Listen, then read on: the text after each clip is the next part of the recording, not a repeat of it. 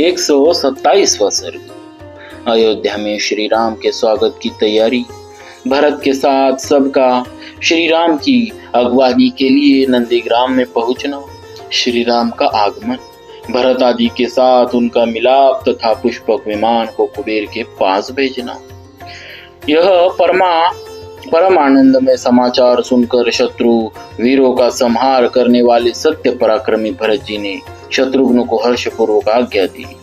शुद्धाचारी पुरुष कुल देवताओं का तथा नगर के सभी देवस्थानों का गाजे बाजे के साथ सुगंधित पुष्पों द्वारा पूजन करे। स्तुति और पुराणों के जानकार सुत समस्त वैतालिक भाट बाजे बजाने में कुशल सब लोग, सभी गणिकाएं, राजरानियां, मंत्रीगण, सेनाएं, सैनिकों की स्त्रियां, ब्राह्मण, क्षत्रिय तथा व्यवसायी संघ के मुखिया लोग श्री रामचंद्र जी के मुखचंद्र का दर्शन करने के लिए नगर से बाहर चले। भरत जी की यह बात सुनकर शत्रु वीरों का संहार करने वाले शत्रुघ्न ने कई हजार मजदूरों की अलग अलग टोलियां बनाकर उन्हें आज्ञा दी, तुम लोग ऊंची नीची भूमियों को समतल बना दो, अयोध्या से नंदीग्राम तक का मार्ग साफ कर दो, आसपास की सारी भूमि पर बर्फ की तरह ठंडे जल का छिड़काव कर दो। तत्पश्चात दूसरे लोग रास्ते में सब और लावा और फूल बिखेर दे। इस श्रेष्ठ नगर की सड़कों के अगल बगल में ऊंची पताकाएं फहरा दी जाए। कल सूर्योदय तक लोग नगर के सब मकानों को सुनहरी पुष्प मालाओं, घनीभूत फूलों के मोटे गजरों, सूत के बंधन से रहित कमल आदि के पुष्पों तथा पंचरंगी अलंकारों से सजा दे। राजमार्ग पर अधिक भीड़ न हो, इसकी व्यवस्था के लिए सैकड़ों मनुष्य सब ओर लग जाए। शत्रुघ्न का वह आदेश सुनकर सब लोग बड़ी प्रसन्नता के साथ उसके पालन में लग गए। धुष्टि, जयंत, विजय, सिद्धार्थ, अर्ध साधक, अशोक, मंत्रपाल और सुमंत्र, ये आठों मंत्री ध्वजा और आभूषणों से विभूषित मतवाले हाथियों पर चढ़कर चले। दूसरे बहुत से महारथी वीर सुनहरे रस्सों से कसी हुई हथिनियों, हाथियों, घोड़ों और रथों पर सवार होकर निकले। ध्वजा पताकाओं से विभूषित हजारों अच्छे अच्छे घोड़ों और घुड़सवारों तथा हाथों में शक्ति, रुष्टि और पाश धारण करने वाले सहस्त्र पैदल योद्धाओं से घिरे हुए वीर पुरुष श्री राम की अगवानी के लिए गए। तदनंतर राजा दशरथ की सभी रानियां सवारियों पर चढ़कर कौशल्या और सुमित्रा को आगे करके निकली तथा कैकेयी सहित सब की सब नंदीग्राम में आ पहुंची। धर्मात्मा एवं धर्मज्ञ भरत मुख्य ब्राह्मणों, व्यवसायी वर्ग के प्रधानों, वैश्यों तथा हाथों में माला और मिठाई लिए मंत्रियों से घिरकर अपने बड़े भाई की चरण पादुकाओं को सिर पर धारण किए शंखों और भीरियों की गंभीर ध्वनि के साथ चले। उस समय बंदी जन उनका अभिनंदन कर रहे थे।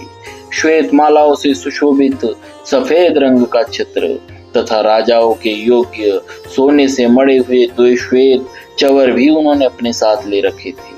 भरत जी उपवास के कारण दीन और दुर्बल हो रहे थे। वे चीर वस्त्र और कृष्ण मृग चर्म धारण किए थे। भाई का आगमन सुनकर पहले पहल उन्हें महान हर्ष हुआ था। महात्मा भरत उस समय श्री राम की अगवानी के लिए आगे बढ़े। घोड़ों की टापों, रथ के पहियों की नेमियों और शंखों एवं दुंदुभियों के गंभीर नादों से सारी पृथ्वी हिलती सी जान पड़ती थी। शंखों और दुंदुभियों की ध्वनि से मिले हुए हाथियों के गर्जन शब्द भी भूतल को कंपित सा किए देते थे। भरत जी ने जब देखा कि अयोध्यापुरी के सभी नागरिक नंदीग्राम आ गए हैं, तब उन्होंने पवन पुत्र हनुमान जी से कहा, वानर वीर, वानरों का चित्त स्वभावतः चंचल होता है, कहीं आपने भी उसी गुण का सेवन तो नहीं किया है? श्री राम के आने की झूठी ही खबर तो नहीं उड़ा दी है? क्योंकि मुझे अभी तक शत्रुओं को संताप देने वाले कुकुस्ते कुलभूषण आर्य श्री राम के दर्शन नहीं हो रहे हैं तथा इच्छानुसार रूप धारण करने वाले वानर भी कहीं दृष्टिगोचर नहीं हो रहे। भरत जी के ऐसा कहने पर हनुमान जी ने सार्थक एवं सत्य बात बताने के लिए उन सत्य पराक्रमी भरत जी से कहा, मुनिवर, भरद्वाज जी की कृपा से रास्ते के सभी वृक्ष सदा फूलने फलने वाले हो गए और उनसे मधु की धाराएं गिरती है। उन वृक्षों पर मत वाले भ्रमर निरंतर गूंजते रहते हैं। उन्हें पाकर वानर लोग अपनी भूख प्यास मिटाने लगे हैं। परंतु देवराज इंद्र ने भी श्री रामचंद्र जी को ऐसा ही वरदान दिया था। अतएव भरद्वाज जी ने सेना सहित श्री रामचंद्र जी का सर्वगुण संपन्न सांगोपांग आतिथ्य सत्कार किया है। किंतु देखिए, अब हर्ष से भरे हुए वानरों का भयंकर कोलाहल सुनाई देता है। मालूम होता है इस समय वानर सेना गोमती को पार कर रही है। उधर सालवन की ओर देखिए, कैसी धूल की वर्षा हो रही है। मैं समझता हूँ वानर लोग रमणीय सालवन को आंदोलित कर रहे हैं। लीजिए, यह रहा पुष्पक विमान जो दूर से चंद्रमा के समान दिखाई देता है।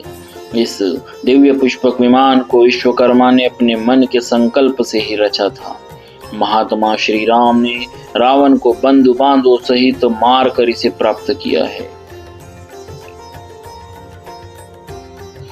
श्री राम का वाहन बना हुआ यह विमान प्रातः काल के सूर्य की भांति प्रकाशित हो रहा है। इसका वेग मन के समान है। यह दिव्य विमान ब्रह्मा जी की कृपा से कुबेर को प्राप्त हुआ था। इसी में विदेह राजकुमारी सीता के साथ वे दोनों रघुवंशी वीर बंधु बैठे हैं और इसी में महातेजस्वी सुग्रीव तथा राक्षस विभीषण भी विराजमान है। हनुमान जी के इतना कहते ही स्त्रियों, बालकों, नौजवानों और बूढ़ों सभी पूर्ववासियों के मुख से यह वाणी फूट पड़ी, अहो, ये श्री रामचंद्र जी आ गए। उन नागरिकों का वह हर्ष स्वर्गलोक तक गूंज उठा।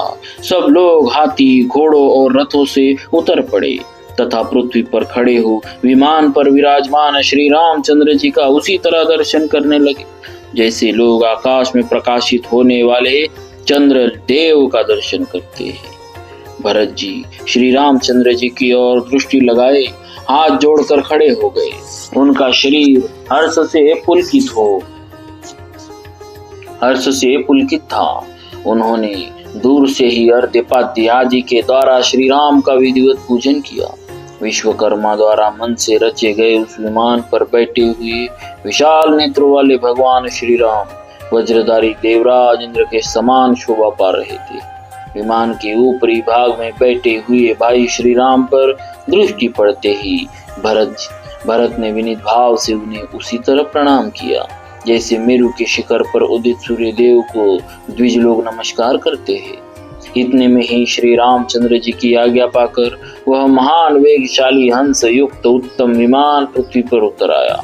भगवान श्री राम ने सत्य पराक्रमी भरत जी को विमान पर चढ़ा लिया और उन्होंने श्री रघुनाथ जी के पास पहुंचकर आनंद विभोर हो पुनः उनके श्री चरणों में साष्टांग प्रणाम दीर्घकाल के पश्चात पर श्री रघुनाथ जी थोड़े के साथ उन्हें